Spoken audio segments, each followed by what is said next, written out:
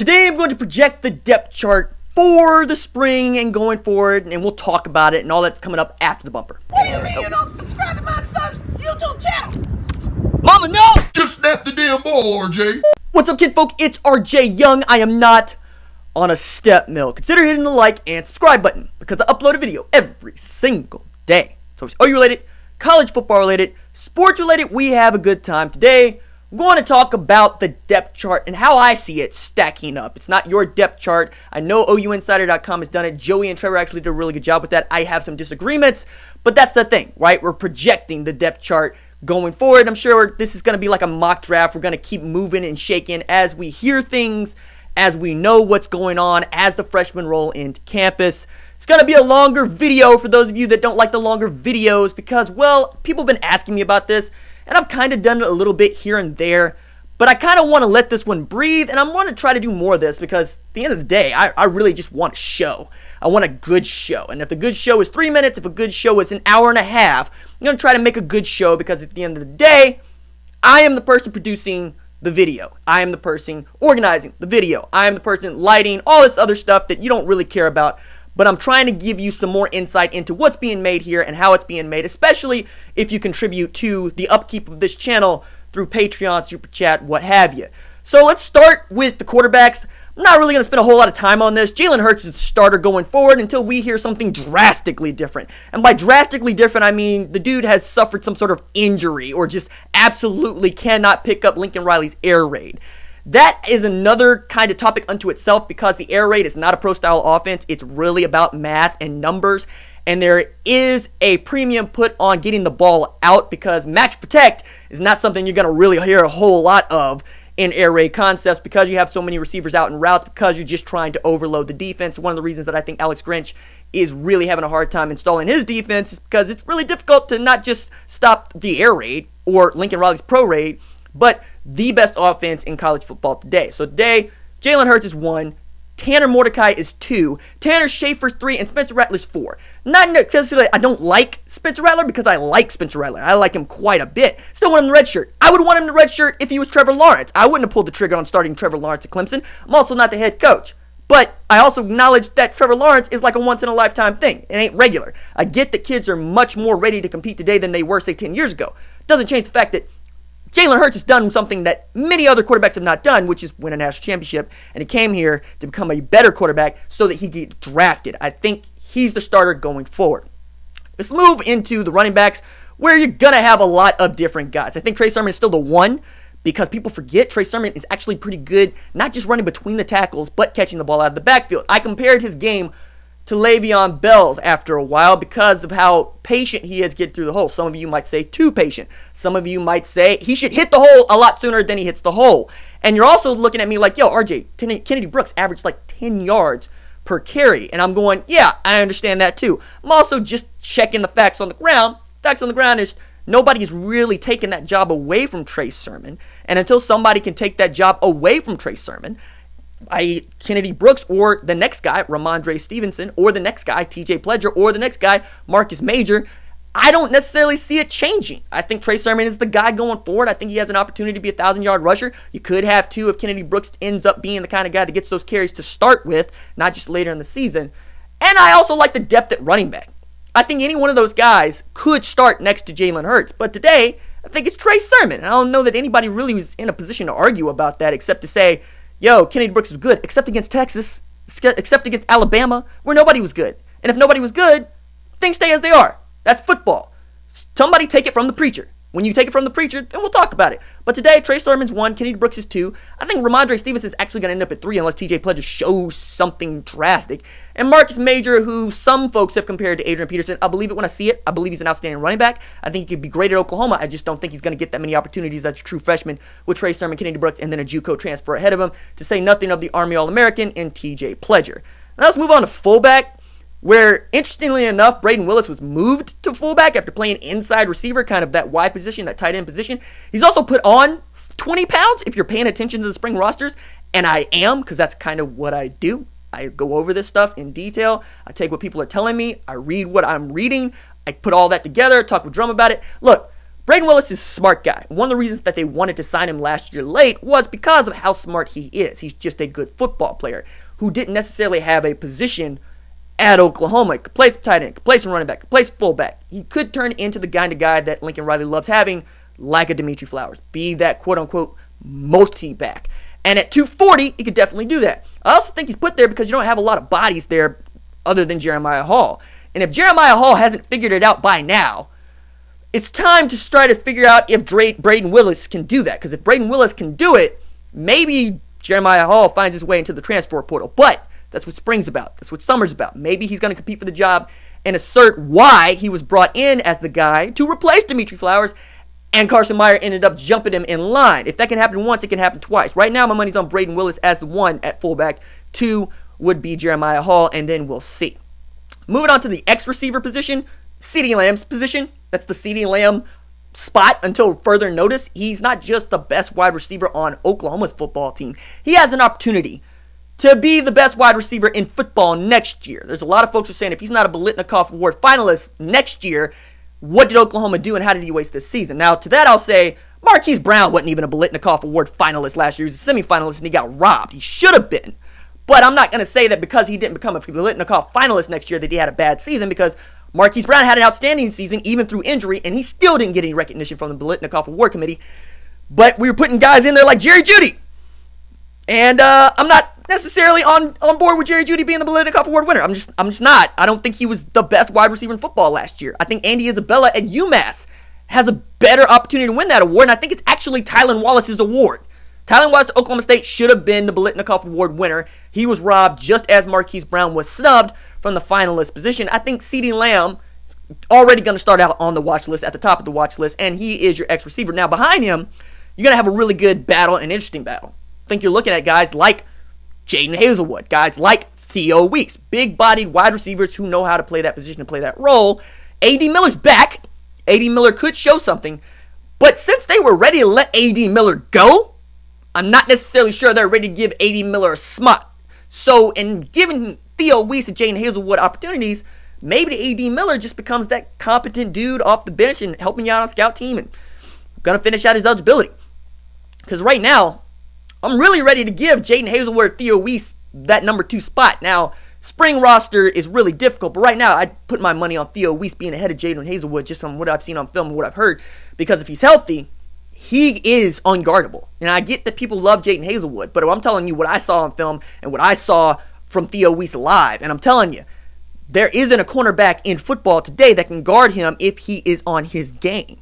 He could end up being really, really awesome in the way that you think about CeeDee Lamb today. Now, moving to the H receiver, which is that slot smaller receiver, that scat back, that kind of, it's not a scat back, it's like a scat wide receiver. I think of it as the Julian Edelman position, the Wes Welker position, where if you have that guy, you absolutely play that guy. And today, Nick Basquin gets eligible, it'll be him, right? But you're also talking about Jaquaylin Crawford, Drake Stoops, Trajan Bridges, right? And I think that Trajan Bridges is gonna push Basquin for playing time at the position. But when you go with basically 3 wide receivers in formation where one of them's a tight end, it's gonna be really difficult to get that slot guy in that 3rd spot. It'll be that 4th spot for sure, but when you're running 2 back sets, you know, you're not really gonna have necessarily your H receiver, your smaller inside receiver as that guy. Is probably going to be the Y, and we'll get there. Y is tight end. We'll get there in a little bit. But right now, Basquin be 1. Trajan Bridges, I think, is going to battle with Jaquaylin Crawford and win. I think Jaquaylin Crawford is a great dude. I think he's an outstanding speedster. I think he's still got a little bit to show, and he'll have some opportunities to start the season to show he absolutely deserved that spot. But we'll just have to wait and see what that looks like. Today, I see Trajan Bridges as ready-made to play that position. He knows how to take on not just linebackers and safeties, but I've seen that dude beat up on double teams in high school from the outside receiver position, and he gives you some versatility. You can go inside, you can go outside. I expect Trajan Bridges to probably see the field before a Theo Weeks or a Jaden Hazelwood just because he's got that much more versatility in his game, being 6'1", about 180 pounds. He can get it done. Also, the 3rd 5-star wide receiver in this 2019 class. Just ridiculous what they have there. So Basquin at 1, Trajan Bridges 2, then we're talking about Jaquaylin Crawford, and then we're talking about Bob's kid, Drake Stoops. I know a lot of y'all like you some Drake Stoops, but he was a walk-on for a reason. Let's remember that. At the wide receiver, which we're talking about is as the tight end, It's Grant Calcaterra, Lee Morris, and then Austin Stogner. Now, Austin Stogner was the best tight end in the 2019 class, and at his height and weight, like 6'6", 237, it's a matter of time. But the way that Lee Morris was just a touchdown machine last year, you gotta believe it's an or situation with him and Grant Calcaterra, and whoever's hot is gonna get the start. Now, Grant Calcaterra looks much more like the tight end kind of dude when he's moving, but Lee Morris moves like a wide receiver because he was a wide receiver. He's just enormous playing wide receiver. And I think if he put on a little bit more weight, we're talking about him playing on Sundays, not just playing, but getting drafted in the 3rd to 4th round if he can take away the starting job from Grant Calcaterra, because we know that the tight end at Oklahoma has the ability in this offense to win the John Mackey Award, which Mark Andrews did not 2 years ago. So I put a lot of stock into this position, and it's kind of loaded because I would say there's more talent at the tight end position in the top 3 spots than there is at the H position, the slot receiver position at Oklahoma, and you're going to see more Grant Calcaterra and Lee Morris. And what Jalen Hurts does well and his ability to run, you want to be able to pull in those 2 wide receivers and block, and you can't do that with, say, a slot guy. So if you ran 2 tight ends on either side of the tackles, you're going to have more opportunities to throw the ball to Lee Morris and Grant Calcaterra. Today, I'm going to put Lee Morris ahead of Grant Calcaterra, man. Just what I saw last year, what I'm hearing now. I understand about being highly regarded. I understand about being the heir apparent, but Lee Morris took that job last year, and you know what he did with it. All he did was score touchdowns. And then Austin Stogner, he'll have opportunities, but I think we're looking at this maybe being a redshirt year for him, getting the 4 games in, then coming back next year, and it'll probably be his job. He'll probably take it from somebody. And then we're moving on to the Z receiver position, which is the outside receiver position opposite the X, which is CeeDee, right? Charleston Rambo is your one. And then you're talking about it gets a little thin. Maybe you move Jaden Hazelwood or Theo Weiss over to that side because depending on how much you trust Michael Jones or A.D. Miller, maybe that's where they are out there. But I think Lincoln Riley was hitting on that when he said they're thin at receiver. They're not thin at receiver. They're thin at Z. Right? Charleston Rambo is your heir apparent. If for no other reason, then he's the only dude that participated in the pro day that's on the roster. He showed he has the speed to outrun defensive backs.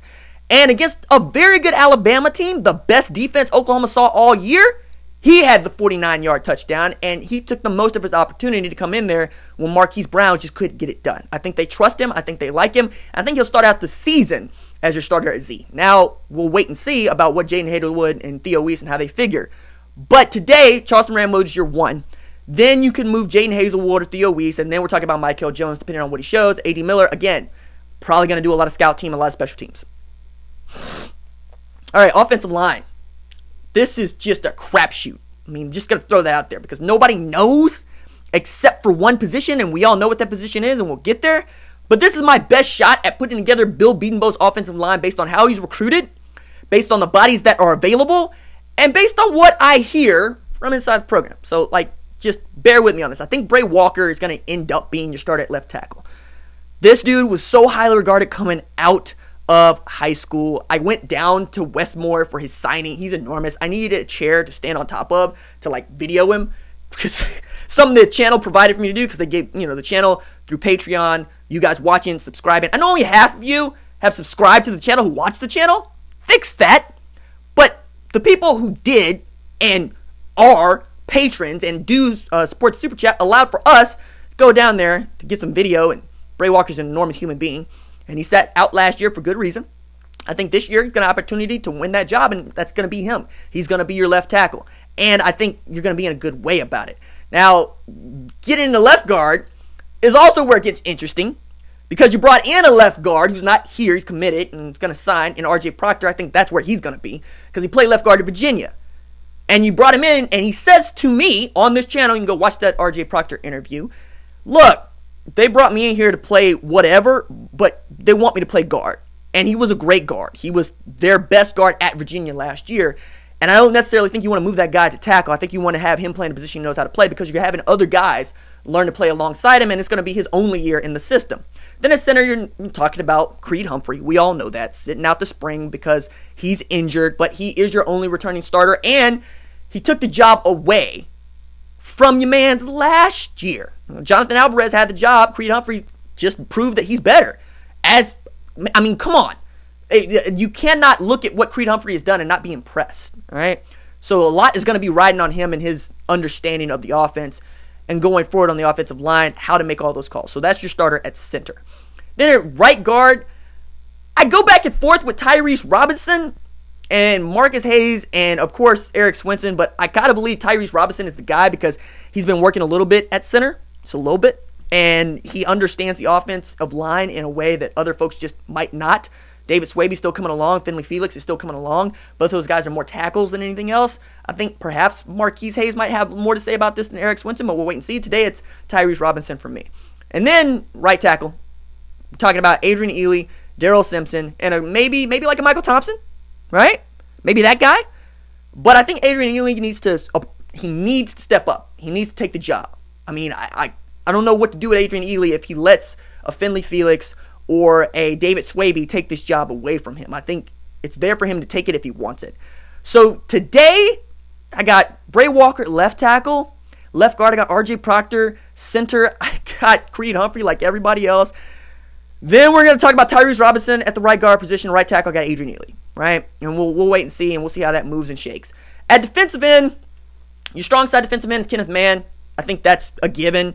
Not just because he was pretty outstanding as that dude last year, solidified that spot as his, but he's team captain, and he's voted as such last year. Kenneth Mann is your starter at strong side defensive end in Grinch's defense, right? And then on the other side, to rush in Ronnie Perkins. Ronnie Perkins is the only guy that I look at on this defense right now where I'm like, he could turn into a first-round draft pick. He could. I take that back. There's one other guy that I really feel that way about that still can develop. But that's kind of the thing about this defense right now. You're not looking at it and going, any of these guys could end up being and a first-round NFL draft pick. No, not really. It's really like 2 or 3. And you want that to change at Oklahoma, but it has to start this year, and it has to start with that. So you got Kenneth Mann on one side. You got Ronnie Perkins on the other, where you got a lot of options. You got, my goodness, Mark Jackson. You could bring him in. You could bring Laron Stokes. JUCO transfer seems to look the part. You could bring in Daly. You have options at the rush-in position. I think it's going to be a logjam there, and Ronnie Perkins is going to have guys breathing down his neck. At the nose tackle, you're going to have Neville Gallimore. That's it. Full stop. And you need him to have the big year because, like every defense, if you get your nose to play well, the rest of everybody else play well. Just is. And Neville Gallimore has it. He could be that guy for you, especially if he's dropped all this weight, and he has, and he's buying in the defense, and he is. So we'll see.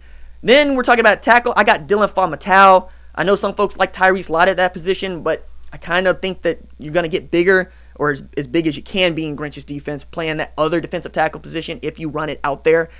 But in this 3-4, who knows what that guy's going to do, could end up falling through and behind Neville Gallimore, just so you can make more room for defensive backs on the field. And then at your linebacker positions at Sam, I find it interesting that Caleb Kelly's working at will, right? But maybe he moves back to Sam. I doubt it. I think Ryan Jones is the guy. Ryan Jones is my starter at Sam. Let me just put that out there. I love me some Ryan Jones. This dude that dropped down from safety because he's enormous. You know, he's 233 pounds now. And he played outstanding football last year. It was baffling to me see him taken off the field. I understand Caleb Kelly is a great blitzer, but the guy that was playing the space linebacker role that was great was Ryan Jones. And maybe somebody else will see that. Somebody named Alex Grinch. I don't know. We'll see. Brian Odom's going to have a lot to say with this. And also behind that, Sam, you got Nick Benito. Maybe Brian Asamoah, maybe John Michael Terry. We'll see. I don't really see where these guys fit in. And that's kind of the thing about this defense and why we're still just kind of figuring it out.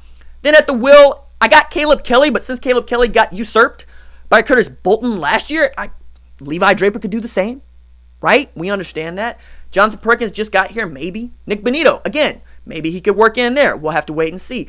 Kenneth Murray Jr. is my Mike linebacker.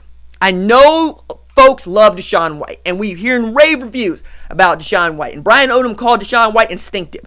Like there's just a lot of stuff he doesn't have to know how to coach. He can just do. And at that position, you need a guy that can find the football and find it in a hurry, and that is the knock on Kenneth Murray Jr. He does not find the football as quickly as you would like him to at the Mike linebacker, even though a lot of y'all forget he had 155 tackles last year. He is an outstanding tackler, and maybe if, Brian Odom wants to do some of that coaching stuff, Kenneth Murray Jr. develops into the kind of Mike linebacker that could be a first-round draft pick. That's my other pick here. I think that dude just has all the tools. He should be outstanding. He had the most tackles by a linebacker at that position since Curtis Lofton. And y'all love Curtis Lofton. Why don't you get behind Kenneth Murray Jr. the same way? It's like, I want to see Deshaun White. I get it. Deshaun White's an outstanding player. Maybe you move Deshaun White to the will or you move Kenneth Murray Jr. to the will. But I think you can't waste that experience that he got as a true freshman, as a sophomore, where he he just got better by leaps and bounds. He went from like 79 tackles as a freshman to 155 as a sophomore. What could he be capable of as a junior if you just show the dude that you believe in him? And he obviously was leading your defense last year right next to Curtis Bolton. Give him the opportunity. So today, Kenneth Murray Jr. is my mic. Deshaun White backing him up. First guy up, something happens. At corner, Tre Brown and Parnell Motley. I know y'all love Tre Brown. I know y'all don't like Parnell Motley. But Parnell Motley was thrown out there for a reason. Okay, I don't think it's because he was one of Kerry Cook's favorites. I think because people forget, as a sophomore, he was outstanding. Like, people forget about that Tulane. In the Tulane game, he was an air traffic controller. People forget that. And maybe if Roy Manning does some of that coaching stuff, Parnell Motley turns into a champ. And maybe he doesn't. You got options there, and you're going to get lots of dudes coming in over the summer that are going to compete for the job. Notably, Woody Washington, Jaden Davis. But today, with the guys on campus, my starters, Tre Brown, Parnell Motley, I don't really see that changing a whole lot. Then, at nickel, you get really interesting. Pat Fields has jumped Buki as my starter. Not to say I don't believe in Buki, not to say I don't want Buki to be good. But Pat Fields showed me some stuff in that Alabama game that, frankly, nobody else on the football field was showing. He was smart. He was timely. He could put people on the ground. All you hear about Pat Fields is that he is whip smart. And if you're going to run a nickel, and I think they are, run one with Pat Fields as your nickel. It's a really difficult position to play. It might be the second most difficult position behind playing middle linebacker to play on a defense. And Buki was hung out to dry, even as I thought the dude played well. But if he could compete with Pat Fields, one of those guys is going to be really good. That's my point here. But today, I got Pat Fields. Buki's knocked up, he's banged up, so it makes it real easy.